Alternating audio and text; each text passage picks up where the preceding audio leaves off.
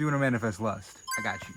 Let's talk about it. If you've been on YouTube and searched up Neville Goddard, at some point you probably stumbled on Elmer O Jr., that channel. A bald guy who looks like Mr. Clean. Elmer was one of Neville Goddard's VIP students, and he was even included in Neville Goddard's book, The Law and the Promise.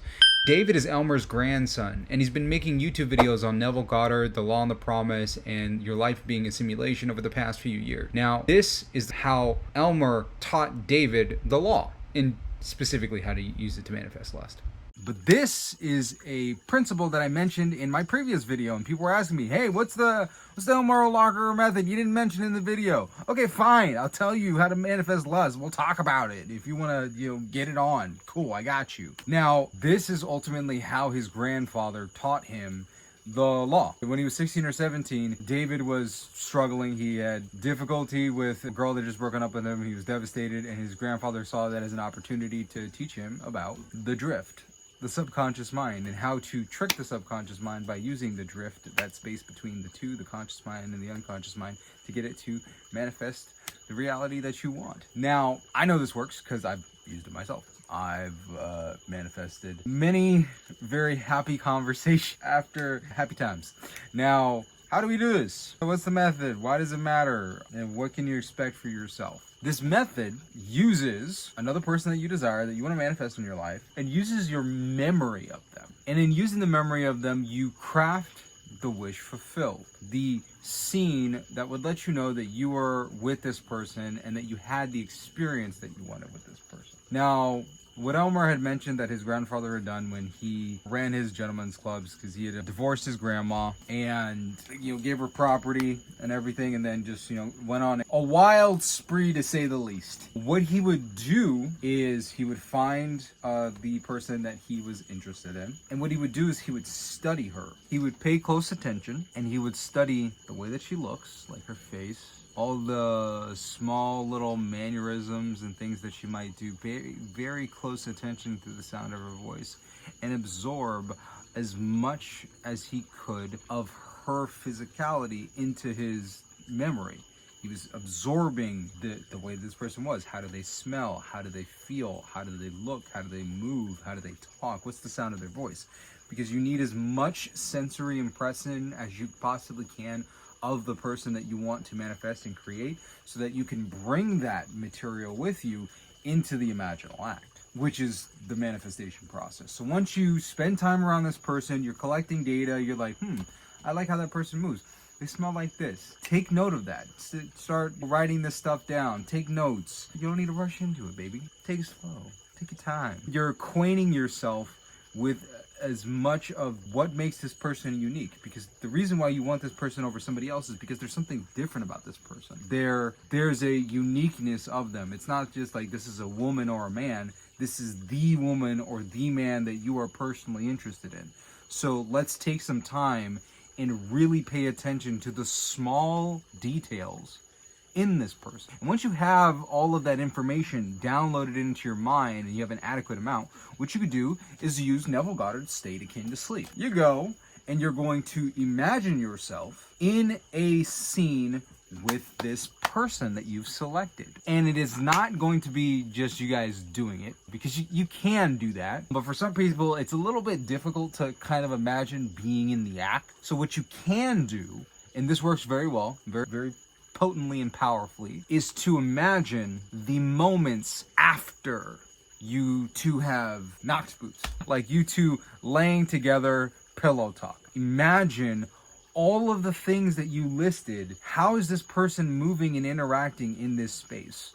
The reason why you spent so much time observing this person is so when you're in the imaginal act and imagining them as you lay down in bed and sleep, and you imagine them on that pillow, you pay attention to those very same qualities laying across from you on the pillow, or laying on your chest, or snuggling up in front of you.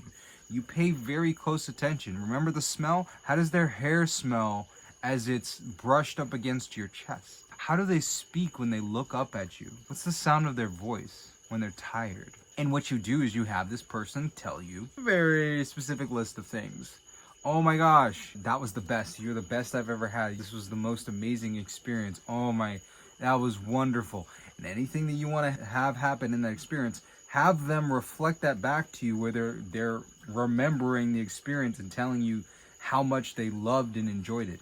Like, oh my gosh, you did that thing, this was amazing. Like, spend some time having a pillow talk conversation with them, debriefing on how things were and how their experience was, and you reflecting that back to them. Like, how did you feel in the experience? Was it enjoyable for you? Was it fun for you? What things did you like that they did? And like, the more you have fun with it, the more you laugh and enjoy and make jokes and get into the feeling like you're actually having this pillow talk and having fun with this person. That's what ends up solidifying the experience, because we create a clear mental image of what we want to create. We actually look through our own eyes while we're laying in bed with this person, paying attention to each of the different senses. So like, how do they smell?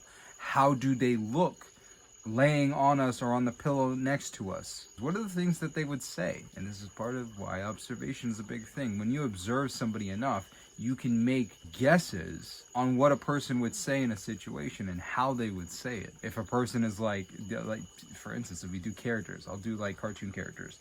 If you have Raven from the Teen Titans, she's going to respond to something happy and wonderful very different from Tony Stark would if you're laying in bed next to that person. Or Tony Stark, Thor. Tony Stark and Thor are going to have two completely different conversations if you're having pillow talk. And the reason why you know how they're going to act is because you've seen enough of this person that you know what they're going to say. Even if they have similar lines or similar things happen, they're going to respond differently. So how is your person, like a Marvel character, going to respond to how amazing your battle was? And in doing that, once you've gotten that scene, you go into the drift with this feeling. What Elmer taught his grandson was, when you're falling asleep, your conscious mind and subconscious mind merge. You drift off. It's the point where you let go and you go off into dreamland. And when you do that, there's the space in between where the two meet, which is he referred to as the drift.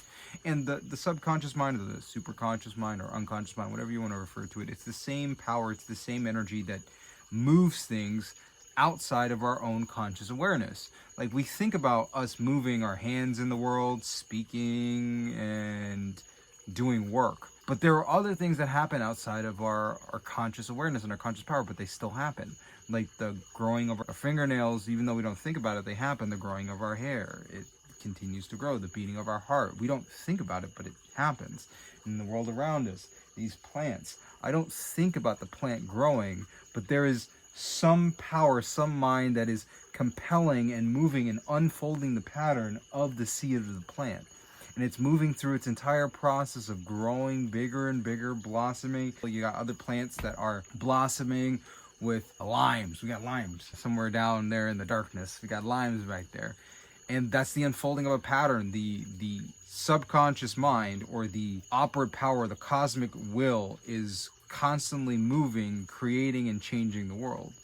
And when we impress on our subconscious mind an idea or a feeling as we fall asleep, we give it a seed. Just like the seed of these plants, we plant a seed for it to create an experience for us in waking life. What people refer to as 3D and all this stuff, it's just a seed that blossoms for us. So when you plant the seed as you fall asleep of a feeling with a clear mental image of what you want to desire, clear mental image that produces a very specific feeling, because you can fake an image. You can't fake a feeling to yourself. You can't fake a feeling to the subconscious mind. And if you pass the seed of a feeling of truly being there in the experience, you can trick your subconscious mind to accept this seed and to grow it into a full-blown experience. And that's what you're doing in this process with, Elmer's exercise that he used. When you place that into your sleep, it happens. I know it works because I did it. I was in Brazil. Me and my SP, we had broken up. We were not on speaking terms. She started dating someone else. And I'm literally halfway across the planet. So all the people who are like, long distance and all this stuff, we were in different countries, technically different continents, because I'm in South America, she's in North America. We are so far apart in circumstances. She had jobs up here. I'm living down there trading and doing my work remotely so I can be anywhere in the world. She's over there. We're living two completely separate lives. Didn't matter. As I was laying down in sleep, I would imagine her. I would imagine laying in bed with her. I would imagine the conversations, the way that she looked, the way that she felt, the things that are slightly annoying, like how her hair felt, how it would stick to my face, and I would have to move it out of my face when we snuggled together so I can get closer to her neck and give her a kiss on her neck. I remembered all those things. And when I would go to sleep, what I would do is I wouldn't just lay there and just drift off and not think of anything. I'd be very deliberate, and I would lay there, closing my eyes, laying and stilling the body, and I would imagine that she was in bed with me and we were laying together and having conversations and talking about the day and talking about what we had done and all these wonderful things. And I did that night after night. And sure enough, after I drifted off to sleep, placing that seed in there, things shifted, things changed. We had a conversation. She said that she didn't want to be with me. She was tired of me. She couldn't, wait, or she couldn't stand me. And then she started crying. She was mad at me. I wanted to be with you. I wanted it to be you. And I'm like, whoa, what? This is completely different. I wasn't expecting that. I'm like, hey, why? We can make it work. You can come down here. Just, come spend time with me down here. Come visit me down here at Brazil. We talked. We reconciled. We worked things out. She ended up breaking up with the dude. She ended up on a flight, came down and saw me, and then we were down there for a few months, and she loved it. Although we did end up having some problems while she was down there. But we eventually ended up working things out. But the things that I implanted, the seeds, I will tell you this, the seeds happened. The things that I had imagined and impressed, that was one of the first major instances of me making a seed related to a specific person intentionally, and having them show up in my experience, and having the exact thing that I imagined show up in the experience. I was shocked at having conversations with her, and randomly I would hear her say the same things that I imagined. I was like, whoa, hold up. She just kept doing it. And again, and after that point, after a while, I was just like expecting it at that point. I'm like, anything that I had impressed or put into that seed that I had impressed again and again showed up. So, recap. What do? Find your person. Define who that person is.